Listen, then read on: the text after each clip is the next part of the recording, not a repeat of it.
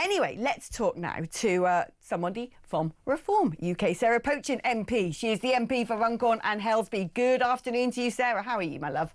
Good afternoon, Alex. Thank you for inviting me on the show. Oh, it's lovely to have you on board. Now, let's talk first of all about the farmers and that comment to Peter Cardwell from Jeremy Clarkson. I mean, they're just part of a long list of everything that, to me, represents the backbone of Britain that this government seems to want to destroy.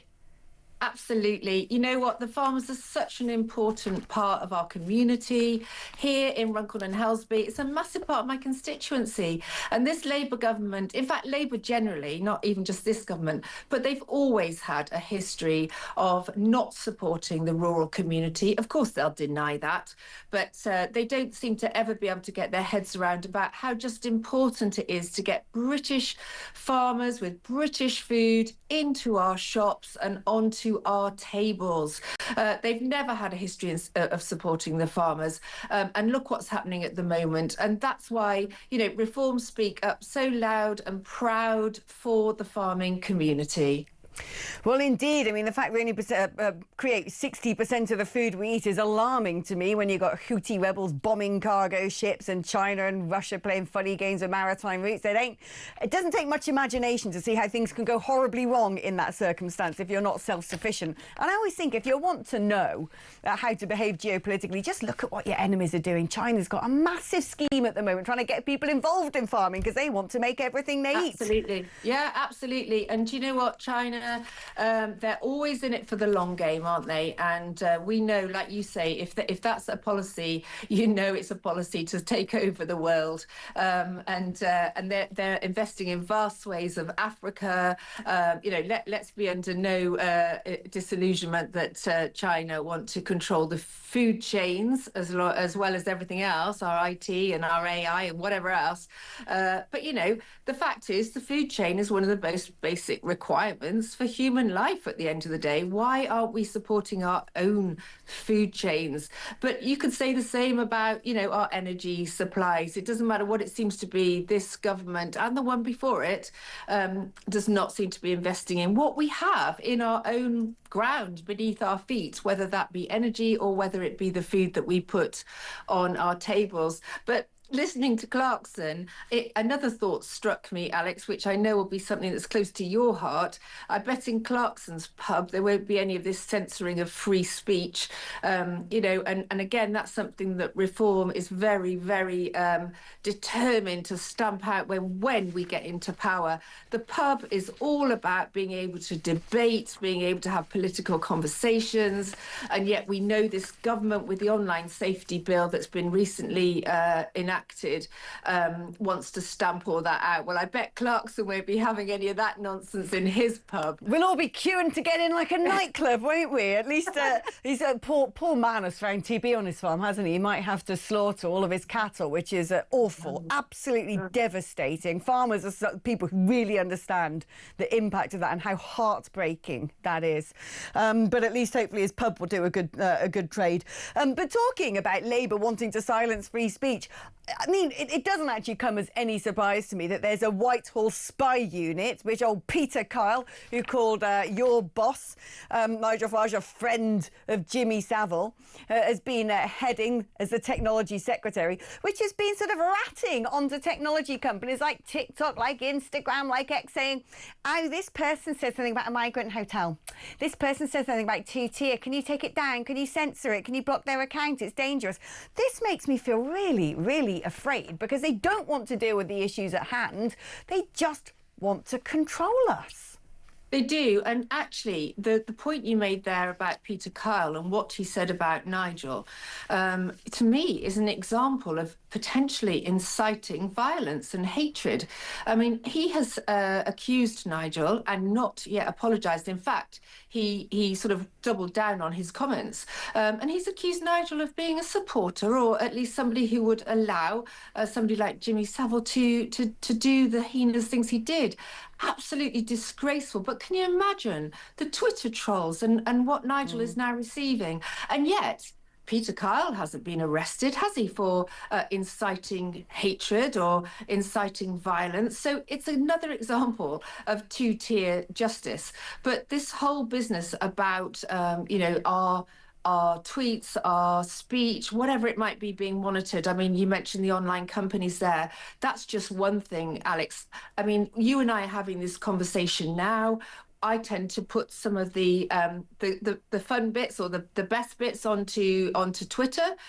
Does that mean that I'm going to get arrested and thrown in jail for even having this conversation with you? Is that where this country is going? I think the country's already got there, Sarah. You and I will be lags together. We can set up a knitting group inside prison because they ain't going to shut me up anytime soon. No, me neither, me neither. I mean, at least actually, I want to ask you this as a woman, because you and I both campaign a lot when it comes to women's safety. And I remember when I first started banging on about this, the uproar on Twitter when I said I was fed up with being harassed in the street by discernibly foreign-born men. You can't, what do you mean discernibly foreign-born? Ooh, racist. I'm like, you can tell when someone's discernibly foreign-born because they ain't speaking your language, they're not dressed like the average Brit, and they're normally behaving in a way which John from Durham doesn't behave like. And so it's very clear, we all know what someone foreign-born is like because you can tell, you got eyes, you got ears, you got common sense. And it was a disgrace that I said this, and now it turns out that we've got statistics, don't we, Sarah? And they're not exactly pleasant to read. The number of foreigners in prisons for serious violent, sexual and theft offences has surged over the past year alone. And when it comes to the sexual offences, 1 in 8 of the foreign offender prison population, 10% of all sex offenders in prisons are men from overseas, which is a vast overrepresentation. Of course, that are men. Those are men who have ended up in prison. The vast majority of sexual offences are not reported. Certainly when you feel unsafe in the street because you're being followed or harassed, that doesn't end up in front of a magistrate, let alone a statistic of somebody in prison. The vast amount of sexual offences never end up in any sort of prosecution. It's vanishingly small to actually have somebody be convicted of rape or a sexual assault. And so I think this is the tip of the iceberg here. But why is it? Why is it that women need to have people churning out statistics when, quite frankly, as far as I'm concerned, it's common sense? If you're getting a man from a country where they've never seen an ankle in their life, where they probably rarely see a young woman's face, let alone her hairstyle, and then they come to Britain and they're given a free iPhone when they land in Dover and they go online and they see Bonnie Blue, then they go out, you know, their hotel down the streets of Essex and see the young girls in miniskirts or wherever it may be. You know, clearly common sense tells you that that is going to create a catastrophe. We shouldn't have to rely on somebody going and counting the per head population in a prison, which isn't even, as far as I'm concerned, a very accurate representation of what is going on in our streets.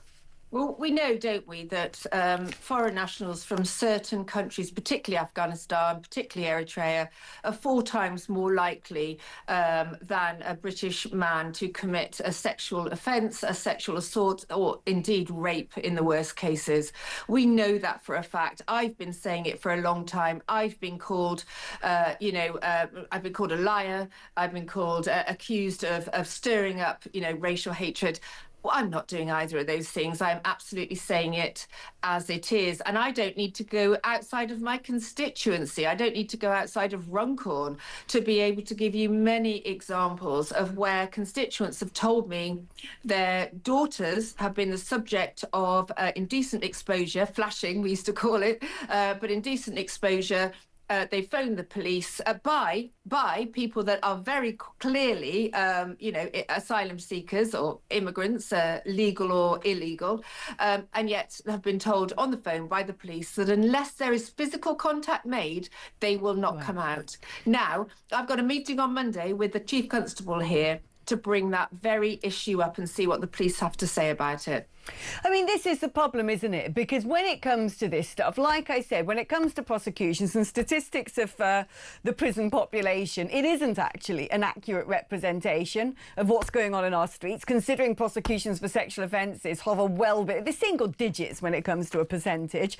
And like you said, unless somebody's come and actually actively hurt you or harmed you, it isn't a matter for magistrates. And yet women who live live in these communities where there are now multiple men from countries that have a very different attitude to women, feel unsafe, they feel awkward, they feel at their wits' end, they feel nervous, they feel uncomfortable. I certainly do in London.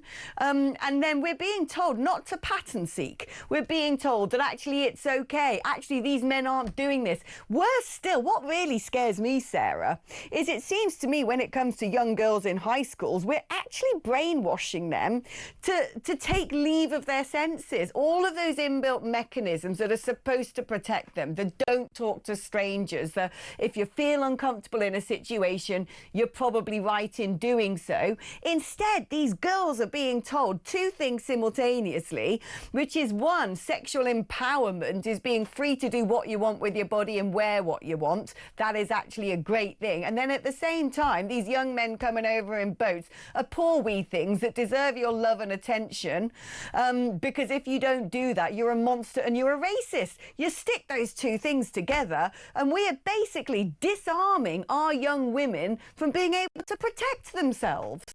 You're absolutely right. And not only that, Alex, this is now reaching, I think, a tinderbox situation in the country. We know up and down the country, I mean, I can't even name all the places. There's so many places now where sexual assaults have taken place by this group of people on young girls in our community. And things are going to kick off big time. They already are. When is this government going to actually stop and say, you know what, this is now a national emergency? Reform calling it a national emergency. I would like to see Parliament recalled. This cannot go on. We're up to 25,000 illegal immigrants this year alone. Those are the ones we know about, by the way, because it will be more. This year alone, we can't sustain this. We know the crime rates are going up. We know that women of all ages, but from young girls and people like us, Alex, are at risk. So at what point is the government going to say, you know what, this is now a national emergency. We cannot control this. We've got to call the army in. We've got to get these borders policed. And Parliament needs to be recalled. And what really worries me is about what little democracy seems to exist at the moment under this government. I know we're not here today to talk about the Palestinian situation, but nevertheless, this week they have brought that in with no debate in Parliament. And we've got people like ourselves, and I think the Conservative Party also have followed, as they are doing at the moment, Reform's rhetoric and are also calling for a recall in Parliament to discuss this immigration issue. For goodness sake, let's get the politicians back in Westminster. I'd go down like a shot. This has to be discussed. This is a national crisis point. And I tell you what, Alex, if we let this go on throughout the whole of August, this is a tinderbox waiting to erupt. No, Sarah, I think you're absolutely right. And I don't think that is incitement. I don't think you're condoning or calling for insurrection. I think you're just reading the runes like most people are able to do. But, I mean, I just don't understand. Last time this country seemed to face a national emergency that gave the government critical powers to control us, it was because of a virus that we didn't understand the level of the threat. And so the response was saying everyone must stay inside their houses. If we don't know who these people are coming in on small boats, if we can look at statistics, that actually there seems to be an overrepresentation. We've even saw, didn't we, in the recent government report on this, that actually asylum seekers were among the number of those people who are part of grooming gangs. If we know that there must be a risk factor when it comes to sexual offences against women, girls and children, with people coming into our country who don't necessarily share our values, why is that not enough to say, do you know what, perhaps as a measure, we should make sure if we're going to stick these people in hotels, they don't get to leave those hotels? Well, exactly. Once they're dispersed in the community, the authorities have completely lost track of them. And that's where they go into the criminal world. Let's again, not be in denial about the grooming gangs that you've mentioned, the drug gangs, the county lines that goes on. These people go into the dark world of crime and it's impossible to keep track of them. I know that. I've done 20 years in the courts. You know, I've seen the situation get worse and worse and worse. So how this government can allow, and the one before it, let's face it, can allow this whole situation. These migrants now are affecting our economy. We know the drain We know the cost to the prisons of the foreign national offenders in the prisons. We know the impact on our public services, whether that be GPs, doctors, schools, whatever it might be. So there's a national emergency on every level, including the risk to women and children in our communities. Why is this not now a massive red flag, a massive point where we say we have to stop this? Let's get the army in to police our borders. We're an island nation, a small island nation. We have one particular point where they're crossing, and we can't police that. It just doesn't. Of course we can, Alex. Of course we can, if there is the will to do it. I just think as well, if we're putting a roof over someone's head and food in their belly, is that surely enough? I don't understand why they're allowed to go around and do what they like, earn money in the black market. If we know a lot of these people haven't paid their traffickers and are actually working illegally to do so, and some of them engaging in criminal activity, we've got the statistics for that. Why we're not saying, look, you're not being bombed, you're not being murdered, you're not being persecuted, you're in Britain and you've got somewhere to stay. Unfortunately, you've got to stay in your room or go do activities together down in the reception. Look, I don't want them in hotels at all. I personally think even that's too much. But why they're allowed to just hang around, to me, is crazy. But they shouldn't even be allowed off the beaches, Alex. You know, they should be, if they get as far as our beaches, they should be taken at that point, deported offshore. It doesn't matter whether it's onto a one of these, you know, like great big prison-style vessels, you know, like a shipping line vessel in the middle of the sea, or whether it's to one of our territories. The fact is, they should never even make it into these hotels, let alone then be moved out into the community. I've asked in Parliament, you know, where, for example, the migrant hotel in my constituency, the Daresbury, where they all went when they emptied it out. Got absolutely no answer, of course, from the Home Secretary. But the point is that they should never even be in these hotels at vast cost to us, the taxpayer. Yeah. They should be taken off those beaches. And do you know what? Reform have been saying that for so long. And today in the paper, I was reading that I think it's Chris Philp has said exactly that. Don't let them off the beaches. It's like, oh my goodness, everything Reform said. Chris Philp, who was the immigration minister in the previous government. Oh, well done. He's seen the light. Can't wait. Sarah, it's always fantastic speaking to you. Sarah Pochin there, Reform MP for Runcorn and Helsby.